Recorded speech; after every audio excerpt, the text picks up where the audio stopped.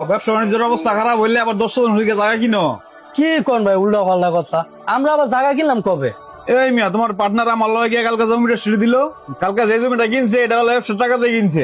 তোমরা দুইজন যেহেতু পার্টনার, মালিক তো তুমিও, কে তুমি জানো না কিছু? কি কোন ভাই, ব্যবসা টেলা 10% জায়গা কিনছে, আমি তো কিছুই যাই না। হ্যাঁ তো আমার কিছুই কইলো না গা। আরে হ, আমার তো এটাই কইছে, তুমি গিয়ে খবর লও, যাও।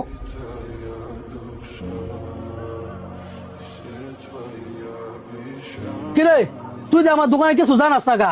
এই 2 বছরে কত টাকা দোকান লাভ হয়েছে আর কোন কোন জায়গায় তুই টাকা দিস সব হিসাব দে আমারে।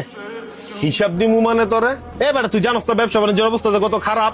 সকালবেলা আধা ঘন্টা লেগে আইয়া তারপর যে যাস তোর তার কোনো খবরই থাকে না। আমি তোরে গেলে হিসাব দিতে যাবো, মাসে তো তল্লা বেটা তোর দিতেছি। ওই লাভ একটা দিতেছ ঠিক আছে, তুই আমার মুড করে যা দেস আমি তুই ডলে যাইগা। আমার একটা হিসাব আছে না, আমার হিসাব দে। হিসাব চাইতে এসেছিস তুই আজকে আমার কাছে?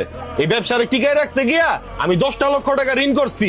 একটা বার তোরে কইছি, এর লেগা কই নাই যাতে তোর মাথার মধ্যে কোনো প্রেসার না পড়ে। আর আজকে তুই আমার কাছে হিসাব চাস? 10 লাখ টাকা ঋণ করছ নাকি 10% জায়গা কিনছ, আমি কিন্তু সবাই জানি। তুই সব জানস? আচ্ছা, তুই যে তুই সব জানস তাইলে এই কথাটাও জান, এই দোয়ান কিন্তু আমার নামে লোয়া।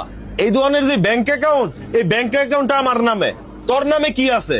তুই আমার 3 লাখ টাকা আমার ব্যবসার লগে পার্টনার হইছিলি রে, আমি তোর 3 লাখ টাকা দিয়ে দিতাছি। তোর লগের আজকে আমার যত পার্টনারশিপ আছিল সব শেষ। কি কস? তোর তেম দোকানের হিসাব চাওয়াতে তুই আমার ব্যবসাটা বাড়ি করে দিতেছ?